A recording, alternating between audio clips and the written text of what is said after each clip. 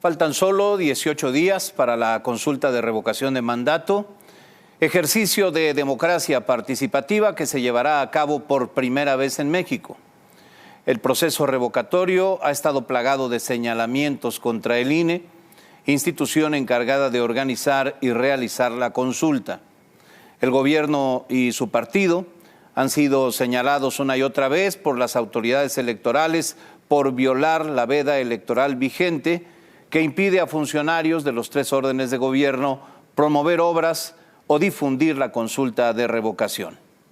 A poco más de 2 semanas de la jornada, que se llevará a cabo el domingo 10 de abril, el consejero presidente del INE explica cómo va la organización de la consulta. Escuchamos el testimonio de Lorenzo Córdoba. Bueno, desde el punto de vista de la organización, Guillermo, la revocación de mandato avanza y avanza muy bien. Estamos ya en una etapa, como bien dices, a 18 días, en las que estamos visitando por segunda ocasión, en ocasiones hasta por tercera ocasión, a las y los ciudadanos que fueron sorteados para ser funcionarias y funcionarios de casilla. En esta ocasión ya para entregar los nombramientos de quienes van a ser presidentes, secretarios, contadores el día 10 de abril próximo, para recibir y contar los votos de sus vecinos. El INE es el organizador, para la ciudadanía es la verdadera protagonista. No es casual que el INE tenga una confianza que ronda el 70%. Lamentablemente, en donde las cosas no son tan favorables, tan positivas, es respecto del compromiso democrático de varios actores y de esta sistemática, y me atrevería hoy ya a pensar incluso organizada tendencia a violar las reglas del juego. Hemos visto intentonas, fracasadas por cierto, para cambiar las reglas del juego a medio camino, cosa que nunca había ocurrido y que nos pone en riesgo la certeza y la credibilidad de este tipo de ejercicios, ¿no? Distintos actores políticos de diferentes trincheras, desde el Ejecutivo, desde el Legislativo, desde los ejecutivos locales, hemos visto cómo sistemáticamente están violando las reglas del juego que ellos mismos pusieron. Entonces, salvo esto, la revocación de mandato va y va muy bien. Lamento mucho esta sistemática, reiterada, poco democrática, lógica de vulnerar las reglas del juego, de mentir abiertamente. Se dice que el INE no quiere la revocación, que no está poniendo el número de casillas que la ley mandata, lo cual es cierto, pero no es culpa del INE. El INE siempre quiso hacerlo, pero se le impidió por la falta de recursos determinada por la Cámara de Diputados y por el Ejecutivo. Se dice que el INE va a poner menos boletas en las casillas, lo cual es falso, que el INE está escondiendo las casillas, lo cual es falso, que el INE no está difundiendo, promoviendo este ejercicio, lo cual es falso. El día de mañana y el viernes comenzará un inédito y por lo amplio ejercicio de foros, de discusión y de promoción pública de este ejercicio. En fin, muchas mentiras, muchas trampas. Como he dicho, son tiempos de tramposos y eso lamentablemente puede traducirse en ahuyentar a muchas ciudadanas y ciudadanos de las urnas, porque en México, eso lo sabemos, la gente está cansada de las trampas y de los tramposos. Lo dices bien. Quisiera entrar en algunas materias que referiste de carácter general. Dice el presidente que el INE no promueve el proceso de revocación, esta consulta de revocación. Dice el presidente que está instalando menos casillas y que esas casillas se están instalando en zonas fifís y no donde votan los pobres. Primera pregunta, Lorenzo. Bueno, eso es absolutamente falso. Me temo, yo confío mucho en el compromiso democrático del presidente, es un luchador social, pero quiero entender que alguien le está mintiendo al presidente. El presidente tiene muchas ocupaciones y muchos temas de los que ocuparse. Supongo que no está dando seguimiento ni lee los acuerdos del Consejo General, porque sí, en efecto, son menos casillas de las que el INE hubiera querido poner. La ley mandata que se ponga el mismo número de casillas que en una elección federal, lo cual habría implicado instalar cerca de 161,000 casillas. El INE siempre quiso hacerlo, pero no se le permitió. El recorte brutal, insensato, yo creo que hoy queda claro que dolosamente promovido desde la Cámara de Diputados, con una intencionalidad que era la de orillar al INE a no poder cumplir con el mandato constitucional. Y por cierto, la Suprema Corte de Justicia y el Tribunal Electoral ya lo evidenciaron. Ya dijeron que el INE no tenía los recursos suficientes y por lo tanto teníamos que realizar la revocación de mandato con el dinero que se nos había dado y para lo que alcanzara.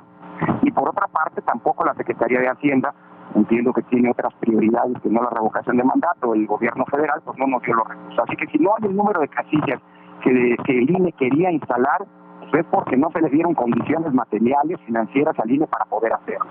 Segundo, se dice que se están instalando en lugares poco accesibles, lo cual es falso. Las casillas se van a instalar en lugares que ya son conocidos, casi todos son los mismos en donde se instalaron las casillas de la consulta popular en agosto pasado. Desde el 14 de marzo, en todas las oficinas del INE, en oficinas municipales, en las oficinas de los organismos públicos locales electorales, en mercados, plazas y lugares públicos, se han colocado las listas donde preliminarmente se van a instalar las casillas.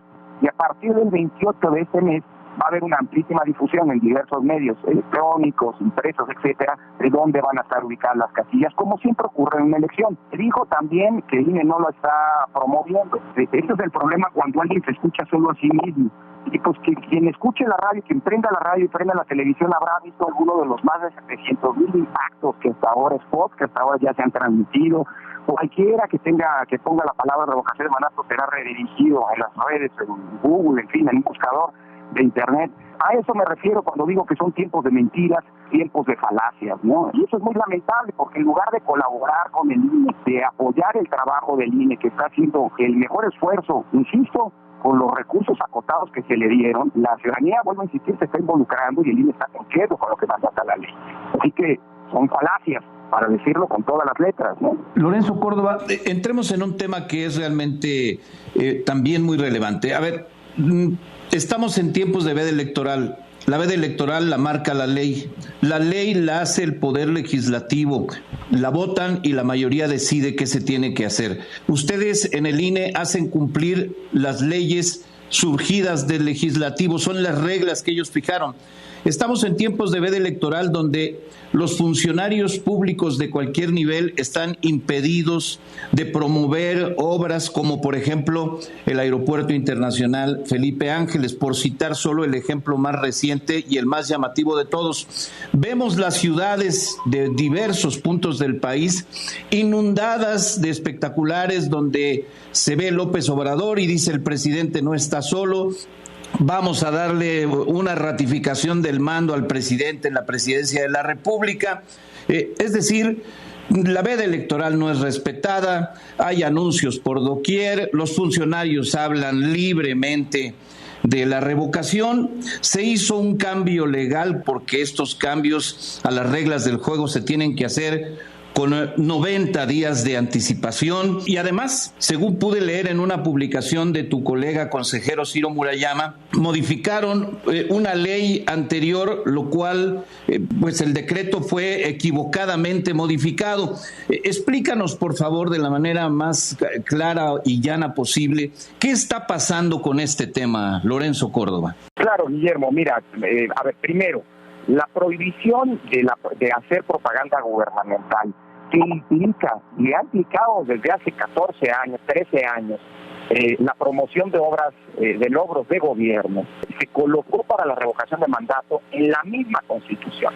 Es decir, no solamente es un tema de ley, el artículo 35 de la Constitución dice con todas las letras que no puede realizarse propaganda gubernamental. La Constitución dice con todas las letras que todos los servidores públicos están obligados a guardar el principio de neutralidad, es decir, de no incidir abusando de recursos o de su propio cargo en la voluntad de las y los ciudadanos expresada tanto en las elecciones como en los mecanismos de participación ciudadana. La Constitución establece con todas las letras que no se pueden utilizar recursos públicos ni recursos partidistas para promover la revocación de mandato. Todo eso está en la Constitución y se replicó en la ley. Pero esas son reglas, somos el único país del mundo en donde hay revocación de mandato y están vigentes estas reglas. Pero esas reglas no las puso el INE como falsamente se está tratando de decir desde distintas instancias del poder.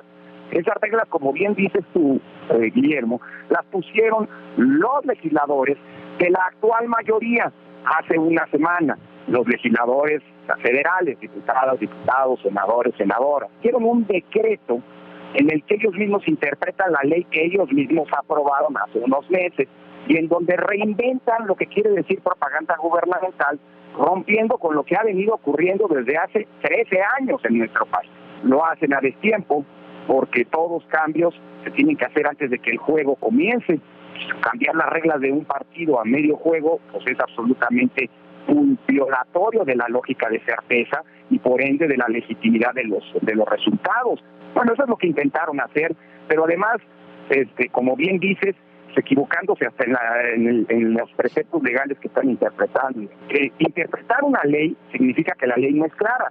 Y en este caso, pues la ley es clarísima. Está prohibida la propaganda gubernamental desde la emisión de la convocatoria, que ocurrió el 4 de febrero pasado, hasta la jornada de revocación de mandato, que ocurrirá el 10 de abril próximo. Ya el Tribunal Electoral dijo, bueno, esas reglas las vamos a ver si se aplican o no, pero más adelante, no en este ejercicio ni en las elecciones que están ya en curso en 6 estados de la República y que se va a renovar la gubernatura en junio próximo.